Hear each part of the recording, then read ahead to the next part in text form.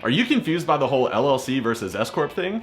The truth is, if you get this decision wrong, it could cost your business tens of thousands of dollars every single year. Don't worry though, in this video, I'm gonna break down everything you need to know about LLCs versus S-Corps, and you're definitely gonna wanna stay tuned until the end of this video because I'm gonna show you how to think through which of these options is best for your business. Business money topics tend to be overly complicated. It's my mission to simplify them for you so that you can make smarter decisions in your business. I drop a new video just like this every Thursday where I break down complex business topics into bite-sized bits so that you can make smarter decisions. So if you haven't subscribed yet, smash the button below and turn on notifications so that you can find out every time I drop a new video. A lot of people are out there talking about how amazing this S-Corp thing is and how it can save your business all this money and yada yada yada, but the truth is, if you become an S-Corp at the wrong time in your business, it could end up costing you a ton of money and adding a lot of unnecessary frustration to your business. As a fractional CFO and business coach, I see so much information out there, so I'm excited to break all of this down for you today and show you what's what in the world of LLCs and S-Corps. Let's go. To kick things off, it's first important to understand what LLCs and S-Corps are and what they are not. First, LLCs are one of four basic types of business entities.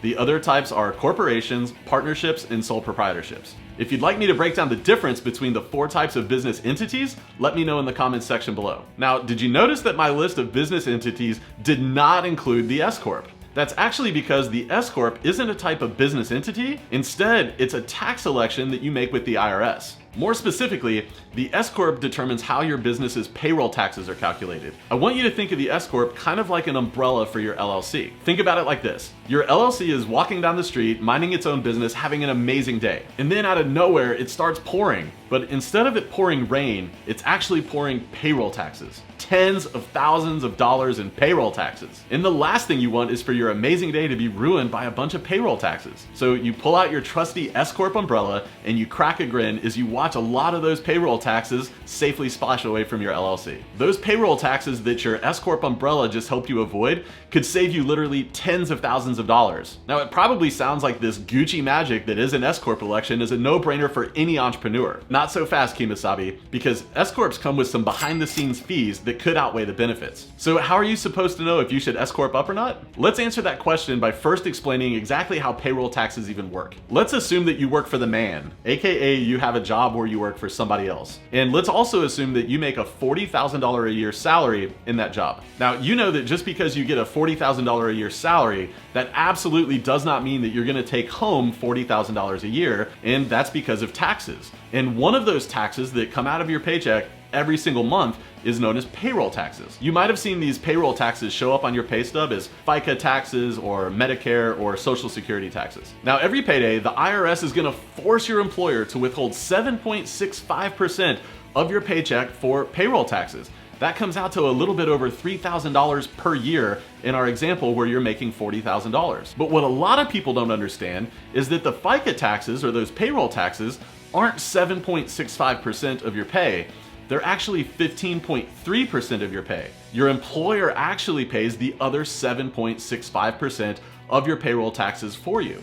So you're paying 7.65% of your salary to the IRS for payroll taxes, and your employer is paying 7.65% of your salary to the IRS in payroll taxes for a grand total of 15.3% of your salary in payroll taxes. I want you to remember that because it's going to come into play here in just a minute. But before we continue, I have a question for you.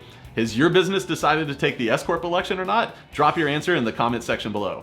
Now that you understand how payroll taxes work, let's use that information to determine whether or not your business should be an LLC or an LLC with the S-Corp election. The first thing that you have to remember is that Uncle Sam wants that sweet, sweet FICA money, even if you're a business owner with no employees. But if you have no employees, how does Uncle Sam get the FICA money?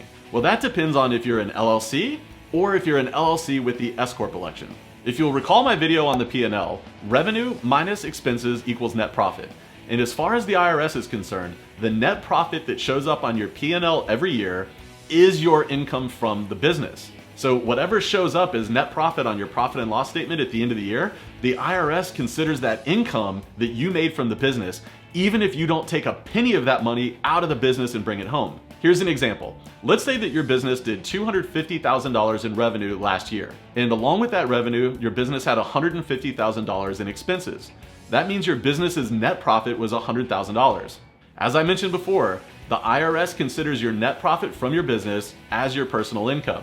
That means as far as taxes go, the IRS considers your personal income to be $100,000, even if you didn't take a single dollar out of that $100,000 home with you. And remember, the government wants 15.3% of your income for payroll taxes. So in this example, they're gonna withhold 15.3% of your $100,000 income at the end of the year. That comes out to $15,300 in payroll taxes alone, and you're still gonna have to pay income and maybe some other taxes on top of that. That absolutely sucks. Now let's talk about how payroll taxes work for an S-Corp. When you take the S-Corp election, you actually become an employee of your company.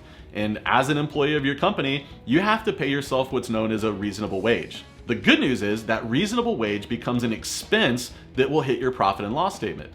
Let's revisit the example from earlier, but this time we're gonna have one big change. Now you're an S-Corp and your reasonable wage is $40,000. So just like before, your revenue was $250,000 and your expenses were $150,000. But now you've got an additional expense of $40,000 from your reasonable wage, so that's going to increase your expenses from $150,000 to $190,000. So to calculate your net profit, we're gonna take our $250,000 in revenue, and we're gonna subtract the $190,000 in expenses, which leaves our new net profit as $60,000. Two big things happen here now that you're an S-Corp. First, you're gonna have to pay payroll taxes on the $40,000 that you paid yourself in salary. And just like when you work for your employer, the way it works is 7.65% of your salary is gonna come out of your paycheck as the employee, and the other 7.65% is going to be paid by your employer, AKA your company. Between those two, a total of $6,120 are going to be paid out in payroll taxes. But now that you're an S-Corp, you don't have to pay the 15.3% in FICA taxes on the net profits of your business. That's a savings of $9,180 a year, and that's where all that Gucci S-Corp magic comes into play. And who doesn't love Gucci magic like that? We should all want to be S-Corps, right? Well, like I said earlier, that's not always necessarily the case, and that's because S-Corps aren't all rainbows and butterflies and White Claws at 50% off for happy hour. There are some downsides to becoming an S-Corp. First, in order to become an S-Corp, you've got to file some specialized paperwork with the IRS, and that paperwork can be fairly complicated, so you're likely going to want to have a CPA or a tax professional fill out that paperwork and file it for you, and you're gonna have to pay them to do that. Second, because you're an S-Corp, now you have to pay yourself a reasonable salary or a reasonable wage.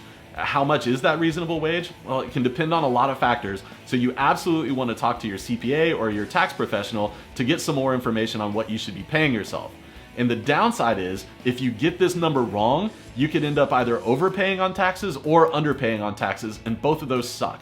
Third, you're probably going to want to get the help of a payroll provider like QuickBooks Payroll or Gusto to help you with the month in and month out calculations and filings and paperwork and all of those kind of things. And having a payroll provider does cost a little bit of money every single month. And finally, you're going to have to pay your CPA to file some additional tax forms at the end of the year, and there's a cost that comes along with that as well. The TLDR here is that there are absolutely some administrative expenses that come along with being an S-Corp. And if you file to become an S-Corp before you have enough net profit, those administrative expenses could outweigh the tax benefits that you're going to be getting because you're an S-Corp. So how should you determine whether or not you should be an S-Corp? When does it make sense to actually become an S-Corp? Well, first, I want to strongly encourage you to work hand in hand with your tax preparer or your CPA or your tax professional and have them go through the math to determine what are those expenses and how do those compare to the tax savings you're going to get. Have them show you the math so that you can make a decision with confidence whether or not the S-Corp works for you.